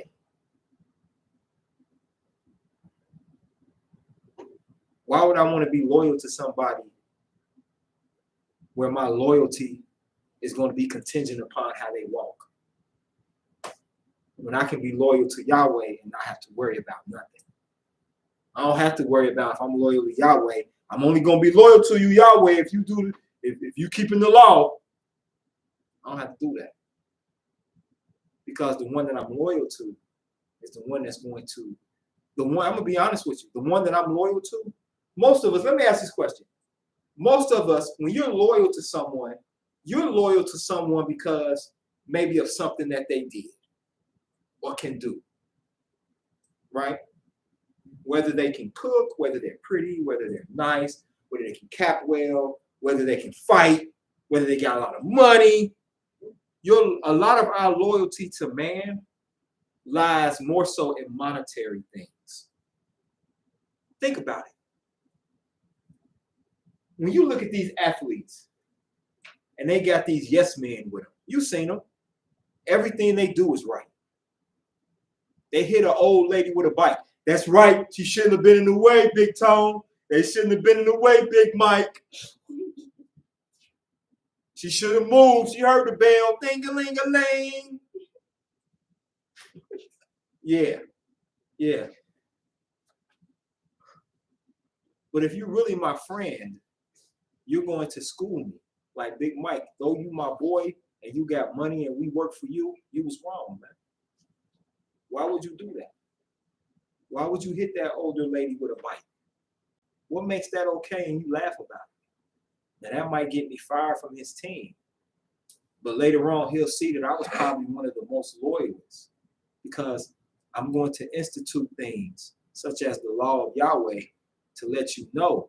See, a true friend, when the scriptures talk about a friend loveth at all times, a true friend is going to love me whether I'm up or whether I'm down. But a true friend's loyalty is going to be to the Most High. Just because you loyal to Yahweh don't mean that I don't love you. Just because you loyal to Yahweh don't mean that you're not my friend. It just means that I'm going to work on being a better friend because I'm going to treat you right because Yahweh would want me to. See, that's where my loyalty lies. So can you be loyal to both a man and the Almighty? You'll be pulling your hair out trying to do both. But I'm going to tell you, one is going to oversee the other. I'm going to tell you that. Because you being loyal to Yahweh, your friend, if you're loyal to your friend too, then guess what? Guess who's going to win all the time? I'm sorry to say, but your friend. Because your friend is going to eat into your desires. Oh, man, let me tell you, man. Oh, bro, you ain't got to worry about how it's cooked or how it's prepared, man. I mean, we in a land of uncleanness anyway, bro. You can't get away from it. Man, Elijah, why you going to sit there and worry about how why you just rinse the fork off, man, and eat, man? Why you going and buying your own utensils, man? That's if our loyalties with our friend, but if our loyalties with Yahweh. Because I'm going to tell you something.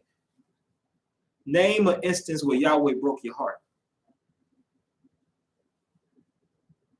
And then name an instance where man broke your heart. Name an instance where Yahweh tailbeared on you. Name an instance where Yahweh turned his back on you. Name an instance when you were sick and Yahweh couldn't heal you. Now name an instance where man turned his back on you. Name an instance where man couldn't heal you. I think comparing the fact of who to be loyal to is evident. Our loyalty should only go to Yahweh. Any questions, any comments on that? Well,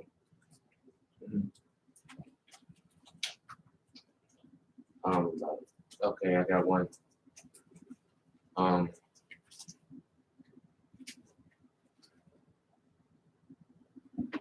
Basically, there's a cure for every disease. It's just that man can't do it. Yahweh can do it. Meaning, there's a cure for every disease. Dementia, depression, cancer. It's either man can't do it. It's either man can do it or Yahweh can do it. It's a cure for every disease. So you're right. There's a cure for every disease is out there except for death. Can't cure death.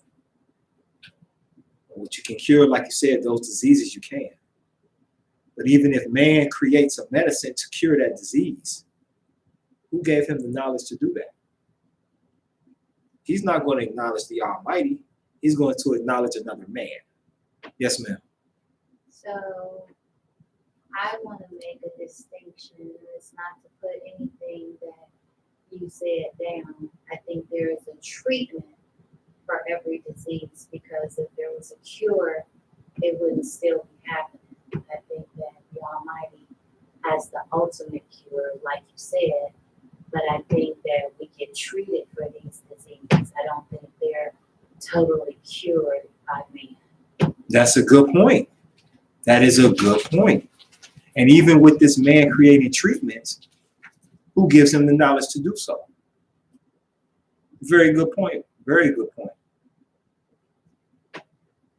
Are there any other points? Well, Yes. you could just say teach more man. Praise Yahweh. Praise Yahweh. Praise the mighty Yahweh. So now I'm going to read a poem, and then I want to go into something else. I want to read my poem before the evening comes. So praise Yahweh. Praise Yahweh. And then I'm going to read this, and I'm going to go into a lesson real quick, another one real quick. Praise Yahweh. Heavy is the weight of a broken heart. Carrying the pieces can be so painful. So lay your heart in the hands of its maker. Allow your spirit to be repaired through his mercy. Praise Yahweh. Carrying burdens is very painful. It can hurt. But when your loyalty is to Yahweh, because we're going to talk about too, me and my wife are going to talk about some things too. And I'm not saying this that we don't do it or that we don't institute it, but some things we're going to have to do to really, Moreh Neftali's lesson really opened my eyes about building a house for Yahweh. And that'll be our lesson here too. If that's, I would like to teach on that as well, is building a house to Yahweh. Thank you, babe. Oh, can you grab my phone for me, son?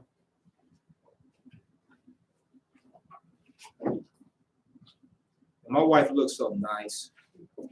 She came in today. She got on a two-piece swimsuit and some air boots. She looks so beautiful. No, I'm just kidding. No, you look gorgeous, babe. You really do. All seriousness. Okay, now, here's what we're going to do next. Praise Yahweh. I got a little time.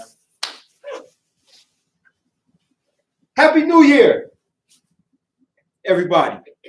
I want to say Happy New Year. It's the calendar year of 2023. Happy New Year, guys. New year. Happy New Security. I know some people are like, Happy New Year. No, we're not in the new year. We're not in the new year. We are in the new year that this man has set. Now, unfortunately, we're going by this man's calendar because why? Because of what we did. Now, according to this man's calendar, the world is what? 2023 years old. But we know that the earth is way older than that. But we're going by when man started counting time.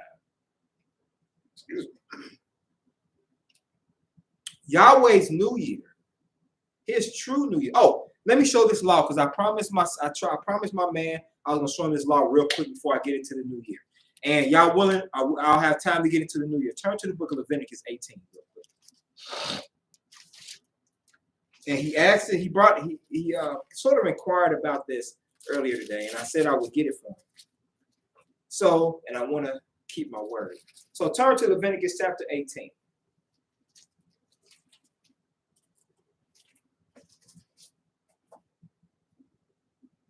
Son, will you start reading at verse 5? Ye shall therefore keep my statutes and my judgments, which if a man do, he shall live in them. Now, you only are going to do that if you're loyal to Yahweh. We have to be loyal to Yahweh. Our loyalty should lie with the Creator. Continue reading, son. None of you shall approach to any that is near of kin to him, to uncover their nakedness. I am the Almighty. The nakedness of thy father, or the nakedness of thy mother, shalt thou not uncover. She is thy mother. Thou shalt not uncover her nakedness. Pause. Now read verse 5 again. Ye shall therefore keep my statutes and my judgments, which if a man do, he shall live in them. I am the Almighty. None of you. No, I just want you to read that again. Now that you see, that's the law. We're not allowed to see the nakedness of our parents. And I brought it's other parts of this law too that we can go over as well as far as revealing the nakedness. So continue reading. So that's already set that we can't see the nakedness of our mothers and fathers. So mothers and fathers, please don't walk around the house butt naked. You understand? You know, if you fall and you can't get up and something happened, children, if you got to go in and help them, you got to close your eyes. You can't see them. You help them the best way you can, and you know that's it. But you cannot look upon the nakedness of your mother and father. That is the law. All right. Yes, sir. Yeah. It's still that means it too. But yeah, like it does still mean like you can't like have sex with them because that's what the way I was looking at it. Yeah, that's one of the reasons definitely why you don't want to look upon the nakedness of your mother and father. Because no, you can't have sex with your mother or your father. No. Ew. Yeah, so no. You can't have you there. So that's why, and then there are other things too. I got enough time. Go ahead and let's read through some of the other things that Yahweh don't want us to uncover. Go to verse 8. The nakedness of thy father's wife shalt thou not uncover. It is thy father's nakedness. Now, that's talking about your mom. That even could be talking about your stepmom. It's your father's wife. You don't look at her nakedness. Continue reading. The nakedness of thy mother, of thy sister, the daughter of thy father, or the daughter of thy mother, whether she be born at home or abroad, even their nakedness thou shalt not uncover. So your brother and sister, whether they're born in your house or they're born somewhere else, you don't look upon their nakedness. You do not look upon their nakedness. Continue reading. The nakedness of thy son's daughter, or of thy daughter's daughter, even their nakedness thou shalt not uncover, for there is thy own nakedness. Now it talks about your son's daughter, your granddaughter, your grandson. You don't look upon their nakedness. Now, let me ask this question. Now, we just read that law. Is that talking about your grandchildren? They spend the night over your house? You got to change them, right? Is that included in that law? when it talks about your little brother or your little sister, and they pee on themselves, and they babies, and you got to change them. Is this talking about that as well? Are we allowed to change our little brothers and our little sisters? Are we allowed to change our little granddaughters and grandsons when they're naked? Now, we know when they're of age, of course, when they get to, maybe about, age enough where they can walk and understand and all that good stuff. We know about that. That's a no-no. But what about when they're babies? Something to just think about and meditate on. Read verse number 11. Read verse 10 again. The nakedness of thy son's daughter, or of thy daughter's daughter, even their nakedness thou shalt not uncover, for there is thy own nakedness. The nakedness of thy father's wife, daughter, begotten of thy father, she is thy sister. Thou shalt not uncover her nakedness. Mm-hmm. Thou shalt not uncover the nakedness of thy father's sister. She is thy father's nearest kinswoman. Thy father's sister, that's your aunt. You can't be going in there looking at your aunt. You understand? 13. Thou shalt not uncover the nakedness of thy mother's sister, for she is thy mother's nearest kinswoman. Aunt. That's talking about your aunt. Continue. Thou shalt not uncover the nakedness of thy father's brother. Thou shalt not approach to his wife. She is thy aunt. There you go. Thy aunt, your uncle. You can't see the nakedness of your uncle. Continue reading. Thou shalt not uncover the nakedness of thy brother's wife. It is thy brother's nakedness. Thou shalt not uncover the nakedness of a woman and her daughter. Neither shalt thou take her son's daughter or her daughter's daughter to uncover her nakedness, for they are her near kinswoman. It is wicked. So basically, Mm-hmm. is that basically like taking them both three? Like taking the mothers. It don't have to be simultaneously. It can be separate.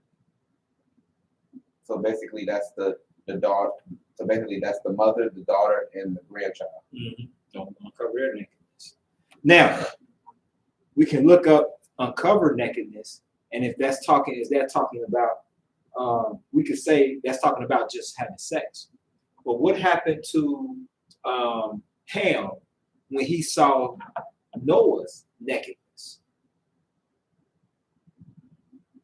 Shem and Japheth were blessed. Ham's seed, which was Canaan, was cursed. So Noah cursed his grandsons, his son's sons, because Ham saw his father's nakedness. So this isn't just dealing with having sex. This is dealing with seeing the nakedness of your father, or seeing the nakedness of your aunt or your brother or your sister or your grandson. So I wanted to read these here, and maybe one day we can go over these laws again, but I wanted to mainly show, especially for what your point was dealing with the parents.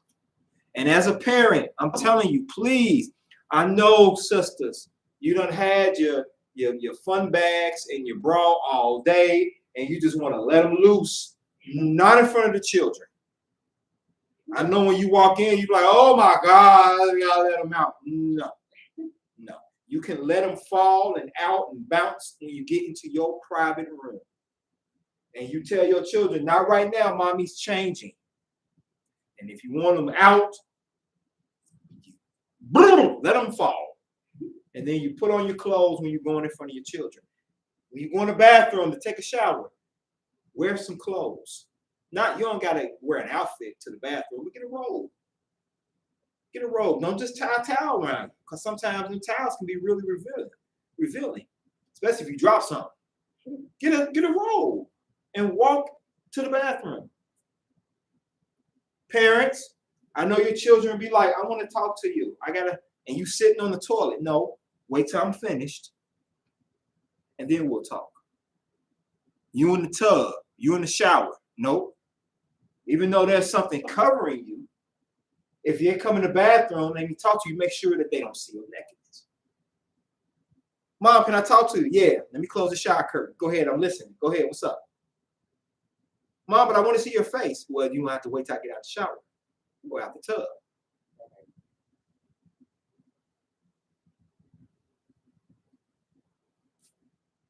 Why did you want to see your mama naked? No. Okay, I saw your face. No. You look disappointed. No. I'm teasing.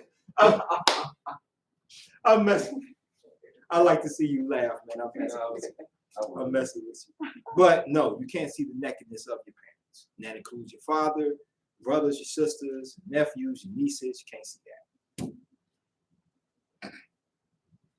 Now, to change your child, that's different. But As they get to a certain age. Yeah. All right. Any questions on that? Any other questions or comments on that? All right, we good? Okay. So now you got the law. It's in Leviticus 18. Okay. All right, now turn to the book of Exodus 12. Now, Yahweh's New Year. Yahweh's New Year is not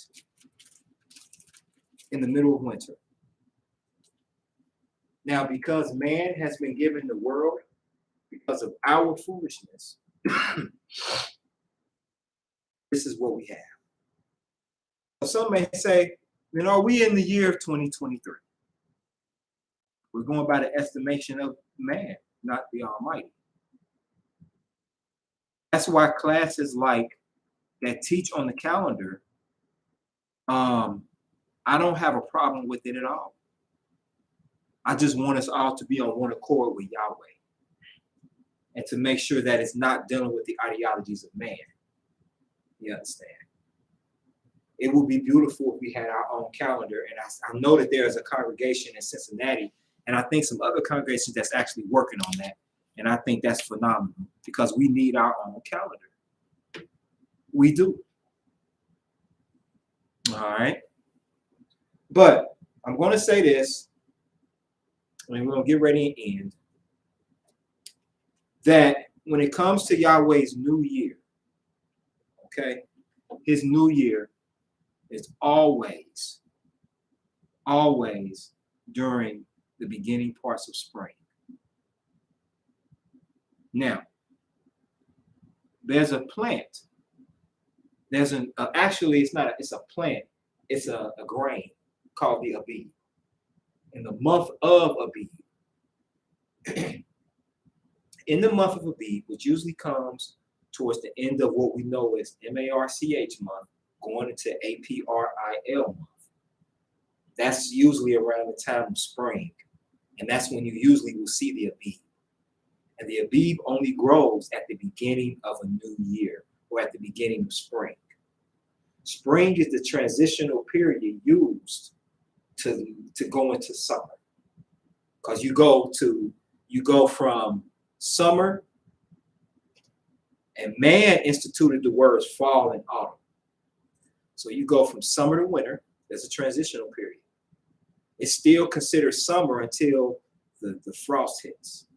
Then you get into winter. But we're going to, for explanation, for purposes of understanding, you have winter, and then it transitions from winter into spring. And then spring transitions into summer. Because you only really have two seasons. You have summer and winter. That's mentioned in scripture. However, you do have, we're going to use, just for understanding purposes, the transitional periods.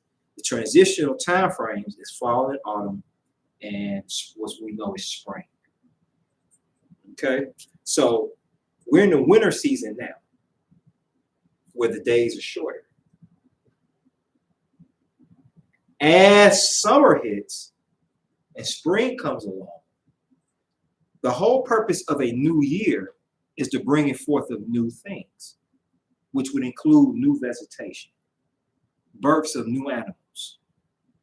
When during this time, animals that are normally out hibernate. Frogs hibernate. bears hibernate.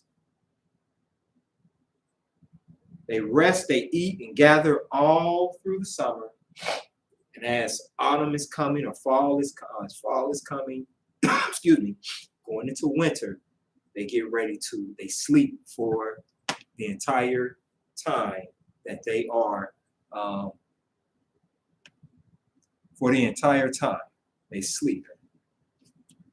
So during spring brings forth new things. It brings forth new leaves, it brings forth new grass. That's what Yahweh considers to be a new year. We're going to read just a little bit about that. Start reading Exodus 12 at verse 1. And the Almighty spake unto Moses and Aaron in the land of Egypt, saying, this month shall be unto you the beginning of months. It shall be the first month of the year to you. Speak ye unto all the congregation of Israel, saying, in the 10th day of this month, they shall take to them every man a lamb according to the house of their father. A lamb for an house, and if the household be too little for the lamb, let him and his neighbor next unto his house take it according to the number of the souls. Every man according to his eating shall make your count for the lamb. Now pause. Now, what we're going to do is real quick. Let's look at what this month is entailing. What is this beginning of months? This is just saying this month shall be your beginning of months. Turn real quickly to the book of Deuteronomy 16.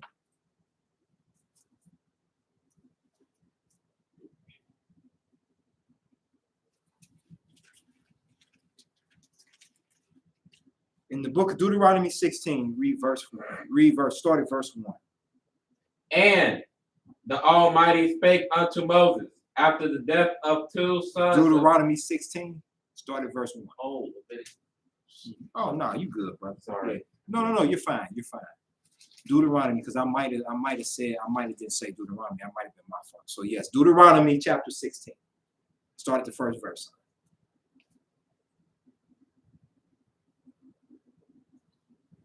Observe the month of Abib, and keep the Passover unto the Almighty the Elohim. For in the month of Abib, the Almighty the Elohim brought thee forth out of the land, out of Egypt by night. Very good, out of Egypt by night. I'm sorry, I didn't mean to interrupt you. But yes, the month of Abib, that is the beginning of months. That usually happens in this man's MARCH month and his APRIL month. Towards the end of MARCH, when we go on spring break for school, around that time is usually around the springtime of when the new year comes, because that's around the time the Abib doesn't grow during the winter time. So when the Abib grows, it's growing in the time of where it's transitioning from winter going into summer. Yes, sir. So basically, when you start seeing the beads, then that's the start of a new year. Yeah, you won't see it here though. Wait, bro. I don't believe that Abib grows in our region. I don't believe so. I can check it. I'll check it though. But and if I check it, then I'll share it and say, hey, this is what you want to look for. But you can tell when the new year is coming because you start seeing the buds on the trees. The branches will have little buds where new flowers are coming. So pay attention to nature. Pay attention. The birds will let you know spring is coming. The earth will let you know spring is coming. Yeah. The earth will let you know when the new year is coming. Okay. All right. Are there any other comments or questions? All right. Well, thank you for indulging us. We went a little bit over time. That's because I was, just went over time. And I thank you for your patience, your comments, your questions. So now we're going to go ahead and end. And son, will you go ahead and do our ending prayer? Let us rise and face the east.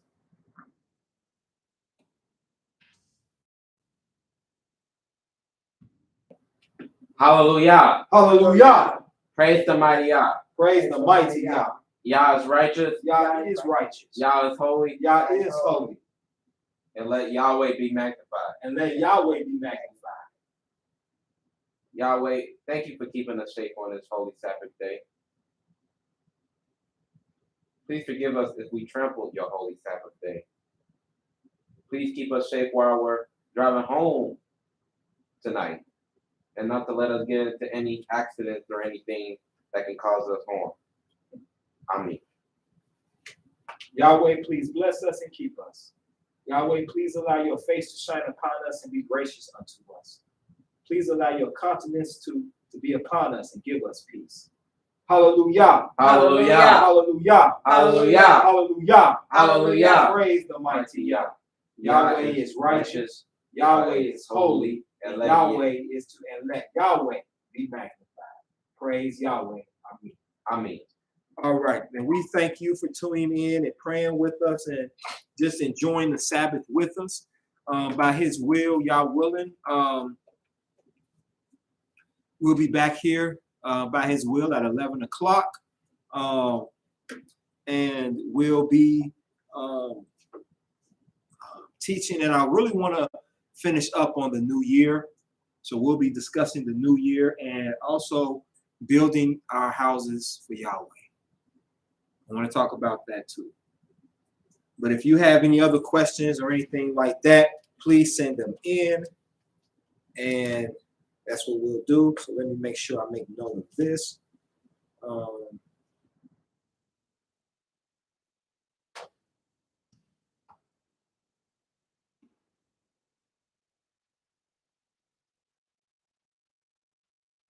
And we'll deal with the new year.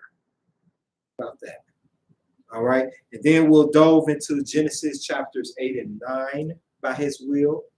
All right. This is dealing with the aftermath of, I believe this is dealing with the aftermath of the flood, I believe. So what we'll do is we'll dab into that. But I thank you and praise Yahweh. And may Yahweh be with us on the highways and byways, in our homes. Always make sure there's room for Yahweh. Bless Yahweh. Praise Yah. Love Yah.